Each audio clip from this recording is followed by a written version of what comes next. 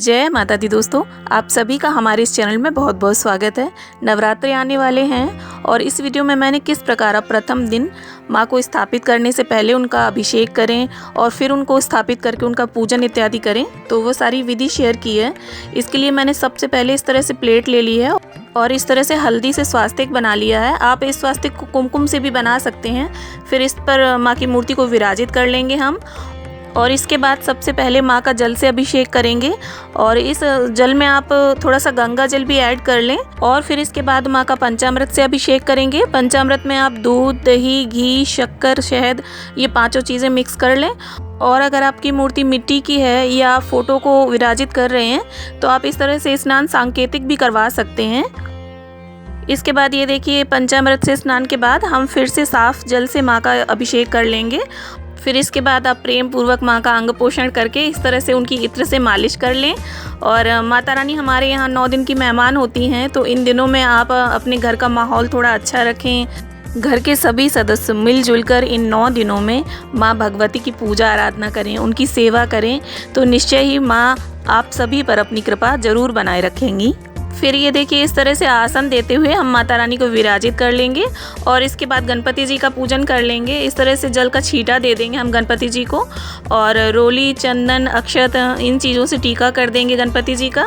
फिर इसके बाद गणपति जी को भी चावलों का आसन देते हुए इस तरह से विराजित कर लेंगे हम और इसके बाद गणपति जी को जनेऊ पहना देंगे। अगर आपके पास जनेऊ नहीं है तो कच्चे सूत को आप 6 बार लपेट कर उसे गणपति जी को पहना सकते हैं। फिर ये देखिए, इस तरह से माता रानी को हम चुन्नी उड़ा देंगे और फिर इसके बाद गणपति जी को लाल फूल अर्पित कर देंगे और माता रानी के समक्ष भी लाल फूल अर्पित कर देंगे। इसके बाद ये देखिए, इस तरह से जो हमने घट स्थापित किया है उसका भी पूजन कर लेंगे। घट स्थापना की वीडियो ऑलरेडी मेरे चैनल पर अपलोडेड है और मैं लिंक कमेंट बॉक्स में डाल दूंगी और फिर उसका भी पूजन कर लेंगे हम घट का। इसमें ऐड नहीं की है वीडियो मैंने, काफ़ी लेंथी हो जाता। एक विशेष बात का आप ध्यान जरूर रखें, जब भी आप घट स्थापित करें या कलश स्थापित करें तो माँ के दाहिने साइड करें। और फिर इस तरह से देखिए, माँ का भी हम हल्दी, कुमकुम और अक्षत से तिलक कर लेंगे।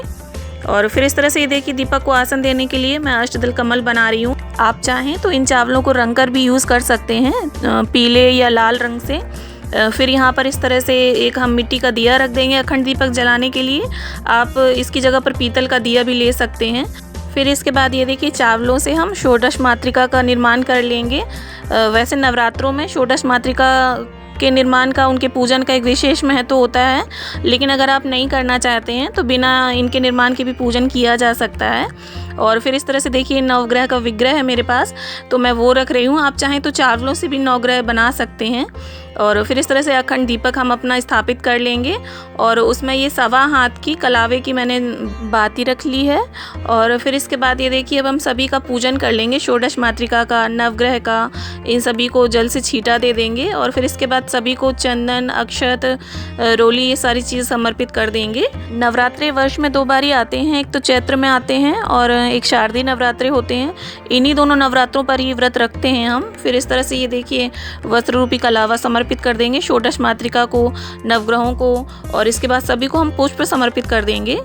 फिर इसके बाद ये देखिए, अब हम माता रानी के शेर को भी टीका कर लेंगे चंदन से, अक्षत से और फिर इसके बाद दीपक का भी पूजन कर लेंगे।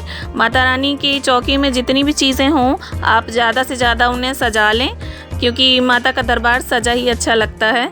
और फिर इसके बाद अब हम दीपक प्रज्वलित कर लेंगे। नवरात्रि में आप माँ दुर्गा को सुहाग का सामान जरूर चढ़ाएं। आप चाहे कम संख्या में चढ़ाएं, 5 ही चढ़ा दें, लेकिन सुहाग का सामान जरूर चढ़ाएं। फिर इसके बाद माँ को कुछ भोग प्रसाद भी चढ़ा देंगे। इस तरह से मैं ये बताशे ले रही हूँ, पंचमेवे ले रही हूँ और दूध से बनी ये मिठाई ली है मैंने। फिर इसके बाद ये पान, बताशे, लौंग, इलायची, इस तरह से मैं ये माँ को भोग समर्पित कर रही हूँ। और आप माँ के भोग में पान जरूर रखें। अगर नहीं हो सकता है तो इस तरह से बताशे में 2 लौंग भी रख सकते हैं आप। और फिर इसके बाद आपको जो भी माँ की आरती आती हो उससे माँ की प्रेम पूर्वक आरती उतार लें धूप दीप से। और फिर इस आरती उतारने के बाद इस तरह से पुस्तकें आती हैं, दुर्गा सप्तशती की, दुर्गा स्तुति की या दुर्गा चालीसा। आप नवरात्रे में इन पवित्र पुस्तकों को ज़रूर पढ़ें। इनके पढ़ने के भी कुछ नियम होते हैं जिन्हें मैं आने वाले वीडियोज़ में आपको बताऊँगी। और जब भी आप अगर इन्हें पढ़ते हैं तो पढ़ने से पहले इनका पूजन ज़रूर कर लें। फिर इस तरह से ये देखिए, स्वास्तिक बना रही हूँ मैं। इस हवन करेंगे अब हम नवरात्रे में। आप पूजा के बाद हवन ज़रूर करें, चाहे भले छोटा सा हवन करें आप, लेकिन हवन ज़रूर करें। ये देखिए, फिर इस तरह से हवन पात्र को आसन देने के लिए मैंने स्वास्तिक बनाया है हल्दी से। और इस तरह से हवन पात्र रख लेंगे। हवन में आप कुछ सामग्री ज़रूर मिला लें, जौ, तिल, मखाने, नारियल, सूखा हुआ। और फिर इस तरह से हवन का भी पूजन कर लेंगे हम। और कपूर डाल देंगे हवन पर। ये उपला आप इस तरह से गैस पर सेंक लें और इसके बाद ये कपूर डाल के और फिर सबसे पहले 5 आहुति घी की दे दें।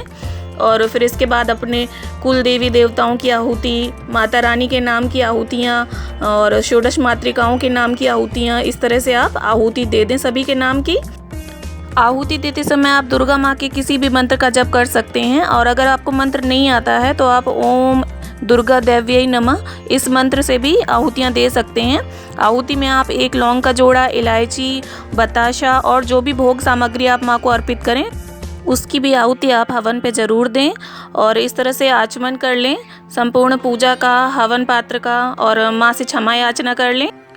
उम्मीद करती हूँ आप सभी को ये वीडियो पसंद आया होगा। वीडियो अगर अच्छा लगा हो तो हमारे YouTube चैनल को लाइक, शेयर और सब्सक्राइब करें और अपने सुझाव कमेंट बॉक्स में ज़रूर दें। Thanks for watching. मिलते हैं अगले वीडियो में।